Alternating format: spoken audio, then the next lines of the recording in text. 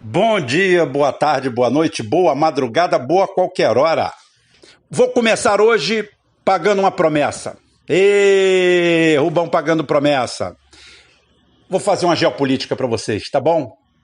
Comecinho, só para desanuviar.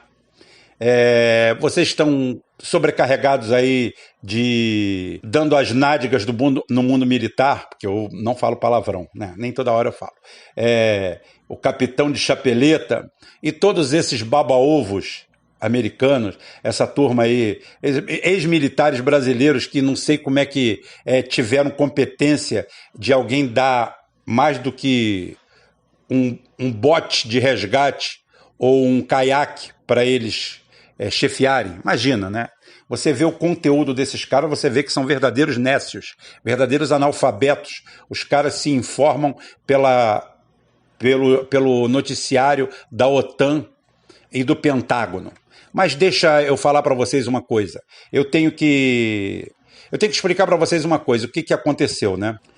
Os Estados Unidos destruiu a União Soviética economicamente na base da propina e numa corrida espacial que não houve, uma corrida desenfreada, que foi a chamada Guerra nas Estrelas. Eles inventaram um projeto Guerra nas Estrelas, estilo a viagem do homem à lua, entendeu? Tudo inventado, tudo bonito, tudo parecendo verossímil.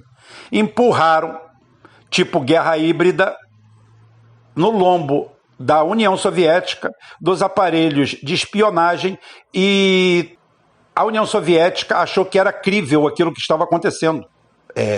Satélites com raio laser, aquilo tudo, estilo Hollywood. E eles assim, a grosso modo, em 91, ganharam essa contenda. Claro que não é só isso. A gente fala que isso é o efeito Titanic. Não é só um iceberg que afunda um navio. Há um conjunto de fatores. A soberba, a arrogância, a prepotência, ao casco fraco, a falta de perícia do capitão, a imprudência do capitão, há uma série de coisas, há o aço que estava destemperado, o aço que não era bom, a fatalidade das portas dos compartimentos não serem estanques, não terem sido feitos até em cima para economizar alguns milhares de toneladas de ferro e de aço e ficar mais barato o projeto. Então, assim vai. É o fato de não ser necessário ter o número de escaleres a bordo para o número de tripulantes.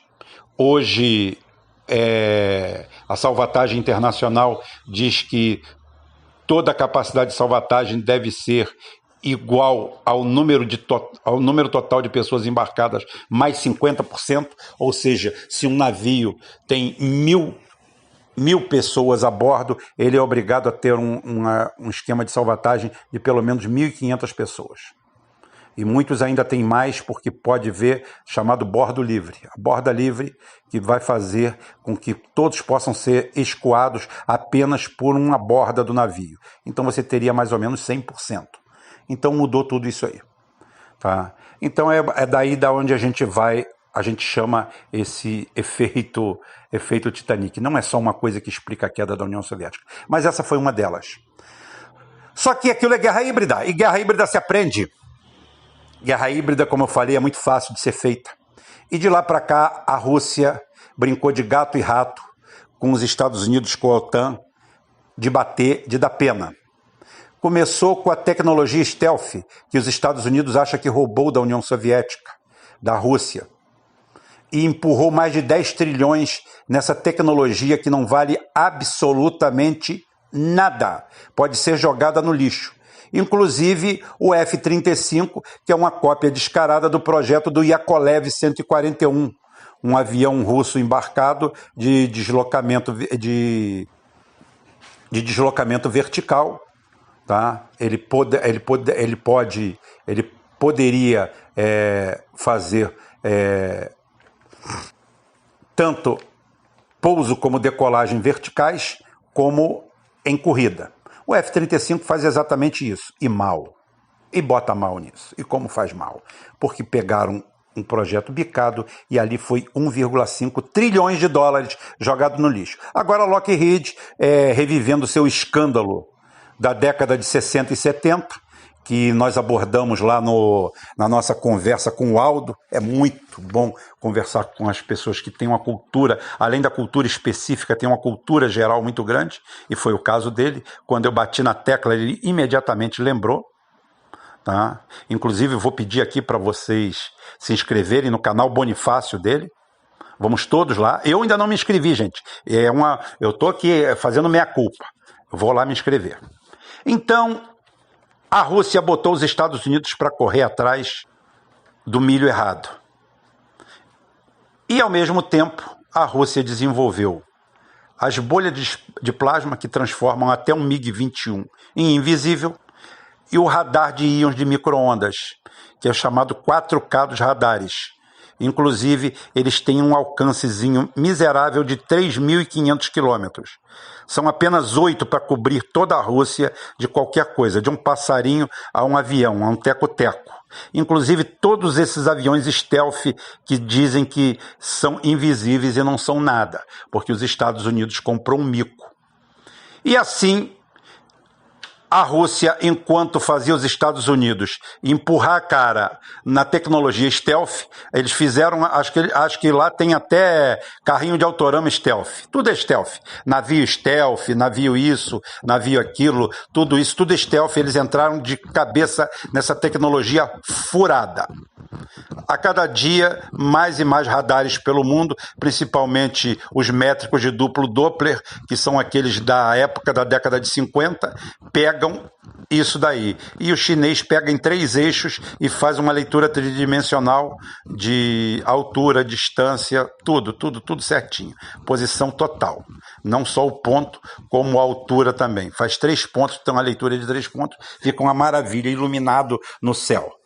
Ou seja, lixo voando a um custo estratosférico. E tem gente comprando esse lixo. Eu sou mais o A1 brasileiro do que esse F-35. E assim, enquanto os Estados Unidos estavam se atravancando e se abraçando com essa tecnologia medieval, a Rússia desenvolvia seus mísseis hipersônicos, de até inalcançáveis Mach 30. O Avangard, que é o míssil meteoro, esse é o ápice. Mas tem mais uma família, eu já falei bastante sobre isso aqui, não vou entrar nisso aí. E agora os Estados Unidos saiu correndo desesperado em direção à tecnologia hipersônica. E quando eles chegaram lá, a Rússia estava no mar. Eu não estou inventando nada não, gente. Tudo que eu estou falando é fácil. A Rússia, desde alguns anos atrás, tem o projeto 22010, que é o Yantar, que é um navio especializado oceanográfico de águas profundas. Inclusive, eles têm um departamento disso. Mas o grande problema se chama o projeto 16450. O Akademik Agev. Eu não sei russo, né? Eu sou fã dos russos. Akademik Agev, ou seja, Akademik AGEEV. Dia 21 de novembro de 2019, no estaleiro de Kandinsk, na ilha do mesmo nome, tá?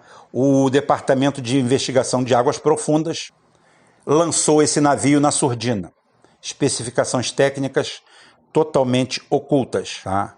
O serviço secreto da OTAN, tipo a ABIN brasileira, todo mundo abrindo o jornal, mais uma vez, todo mundo preocupado em maracutá, em arrumar dinheiro, vender notícia fria, arrumar inventar gastos. Já tinha papado mosca, do mesmo jeito que tomaram uma calça riada no tanque Armata T-14. Qualquer hora dessa eu faço alguma coisa aqui, porque vocês estão tudo carentes de armamento de ponta, né? Então deixa eu falar aqui. Então é o seguinte, o Armata T-14 é o tanque mais formidável que existe no mundo. E simplesmente ele está pelo menos 10 anos à frente de todos os outros. E o serviço secreto da OTAN e do Pentágono simplesmente não viram esse elefante escondido atrás de um pé de alface. Isso provocou a demissão de pelo menos umas 2 dezenas de funcionários de alta patente. El alto rango. Tá? Mas É o seguinte, esse barco fantasma, por que ele é um barco fantasma? É porque ele simplesmente ele é invisível. Ele tem uma tecnologia que a gente não sabe, não está escrito aqui, não tem em lugar nenhum. Tá? Ele é o mais misterioso navio. O que ele é? Ele é um radar sonar de águas ultraprofundas que se torna invisível. Lembra do navio que teve invisível aqui, que sumiu dos radares brasileiros durante 5 dias? Pois bem, para quem não sabe, ele gosta de passear em cima de linhas de fibra ótica. Tá? Ele é o radar sonar móvel mais potente do mundo e ele tem o data link com o resto da frota, a de superfície e a submersa. Ou seja, ele é uma antena viva de todo o sistema de defesa russo, que é composto de uma porrada, tá, de tipo de belonaves de superfície e submersa. E esse menino, o que ele faz? Ele faz a varredura e coleta de dados em tempo real, e como ele está com um data link, ele transfere para todos os navios, ele sabe onde está os porta-aviões, aonde estão os submarinos, é essa tecnologia que está-se atrás dela. Tá? Foi inclusive um navio desse projeto que detectou a história do Covid, que eu já coloquei aqui no canal e o YouTube já colocou para fora, já botou para fora, porque quando a gente pisa no pé, eles correm. Tá? E hoje o que nós temos? Bem, o maior medo, isso daí não é uma certeza, o maior medo é que eles têm todos os cabos monitorados da OTAN, do Pentágono, e o pior de tudo, esse navio teria colocado explosivos em todos eles. Ou seja, em caso de uma deflagração de conflito, em um botão só, esses navios desse projeto 16450, tá? E o outro, que é o 2210, né? É o 22010, o Yantar e esse almirante não sei quantas, o Academic Aviv, tá? E outros estão vindo, calma, outros estão vindo. Eles simplesmente rastreiam o mar inteiro, entregam a posição de todos e há um ataque simultâneo, tanto às linhas da OTAN, as linhas de comunicação, quanto esses navios todos que possam ser simplesmente afundados. O que isso quer dizer traduzindo para o português, para você entender sem mais nem menos? A Rússia está arrumando um jeito, uma tecnologia, algo para simplesmente colocar os Estados Unidos de joelhos, destruir toda a sua armada sem disparar um míssil nuclear. Isso que você está vendo. É isso que você está pensando, sim.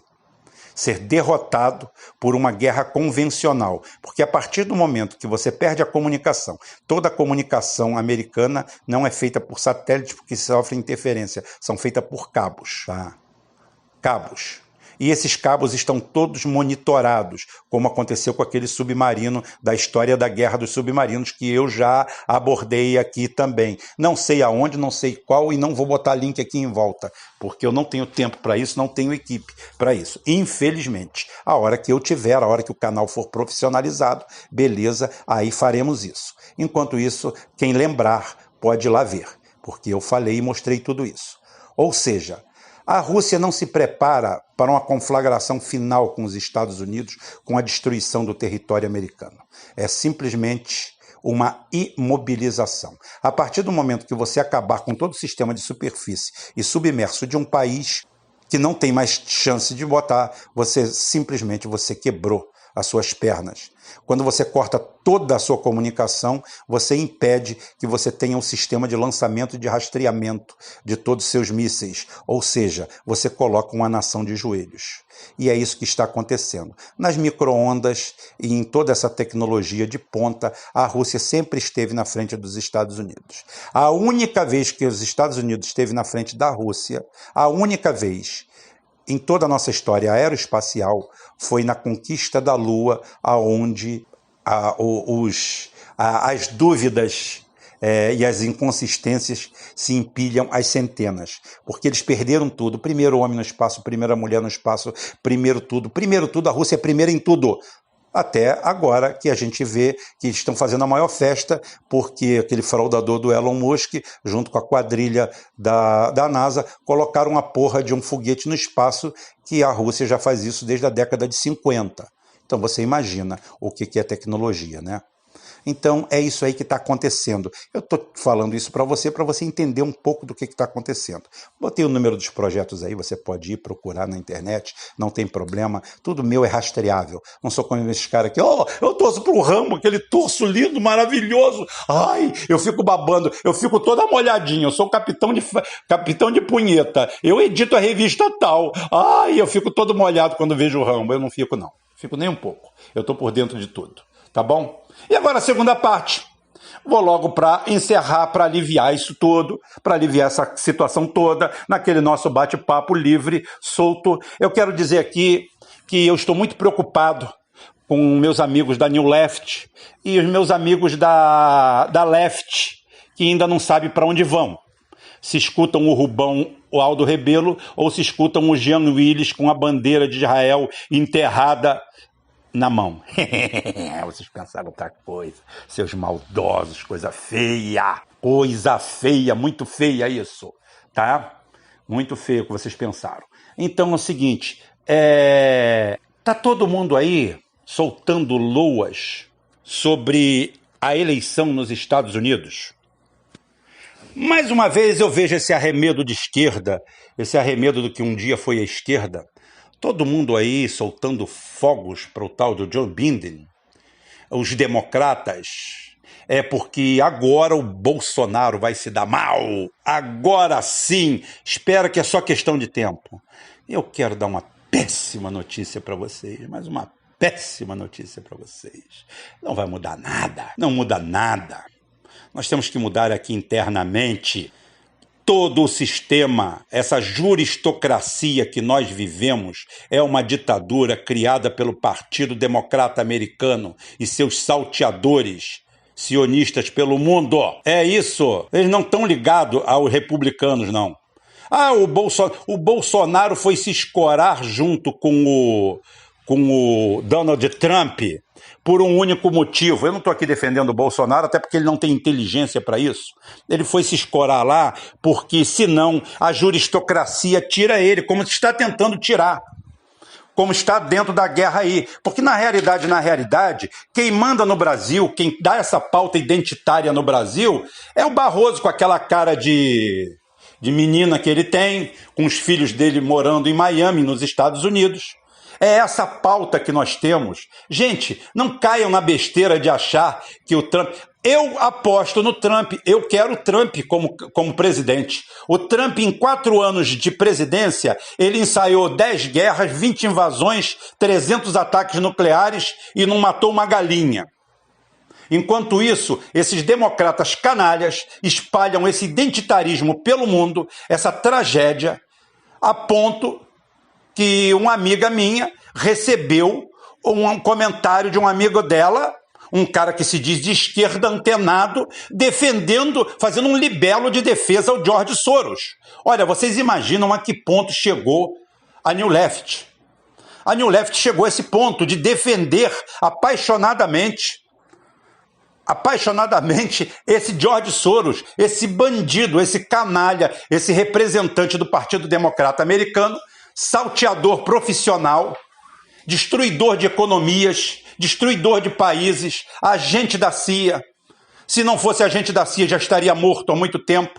Presta serviço para o NSA, para a banda, porque lá como aqui está tudo dividido, os poderes estão divididos. O Bolsonaro não é o líder supremo do país, não é. Por quê? Porque nós temos uma juristocracia ligada ao Partido Democrata. Nós somos uma réplica mal feita. Nós somos um laboratório de 5ª categoria, onde tudo que é ruim é testado aqui. E é mais testado pelo Partido Democrata, porque simplesmente quem faz guerra híbrida de verdade são eles. Tá todo mundo aí atrás daquele Zé Mané aí, aquele afera. Gente, vamos parar e pensar, quem começou a guerra híbrida aqui foi o PT, quem nomeou, quem botou dezenas e dezenas de blogs aí inúteis, recebendo uma baba, uma fortuna de estatais, foi o PT. Quem criou o gabinete do ódio foi o PT. O Bolsonaro só copiou com competência tudo isso aí. E aproveitou a onda, aproveitou a maré e fez uma coisa de mercado. Agora, você tá achando mesmo, de verdade, sem sacanagem, que se o Joe Biden ganhar, o Brasil está redimido? Cara, refaça seus conceitos. Tem até amigo meu, parceiro meu, que acha isso. Mas esse aí não, esse não é New Left, não. Esse aí só se enganou na avaliação. Tá? Esse é ponta firme. Não vou dizer o nome dele aqui, não, ele sabe que eu estou falando com ele. Tá? Então, cara, não caia nessa. Não caia nessa. É mais uma esparrela, mais uma aposta do canal aqui. Eu vou apostar no Trump. Trump ganha essa eleição. Ganha porque é necessário para o mundo que ele ganhe. Não confunda Trump com o Deep State americano. A situação lá está difícil. Os ataques lá estão acontecendo. Realmente, a guerra híbrida está comendo solta no território deles. Os Estados Unidos é um país hoje pantanoso. A situação dos Estados Unidos, eu vou falar essa semana, viu? Eu prometi a parte geopolítica, eu fiz. Então eu estou prometendo aqui uma análise do dólar, de como a China vai destruir o dólar agora, nessa jogada que eles estão fazendo de derrubar o dólar para diminuir a dívida deles. Eles vão fazer isso, só que quando ele estiver embaixo, não adianta que a China vai pisar na cabeça. Mais um acerto para mim, mais um, pode botar lá. A China vai pisar na cabeça do dólar e esmagar o dólar, porque não vai deixar ele se levantar. Você tem que... Eu já recebi coisa aqui de idiotas, de imbecis, falando que a China depende da compra. Gente, olha só, a classe abastada americana que compra hoje é 30% da classe americana.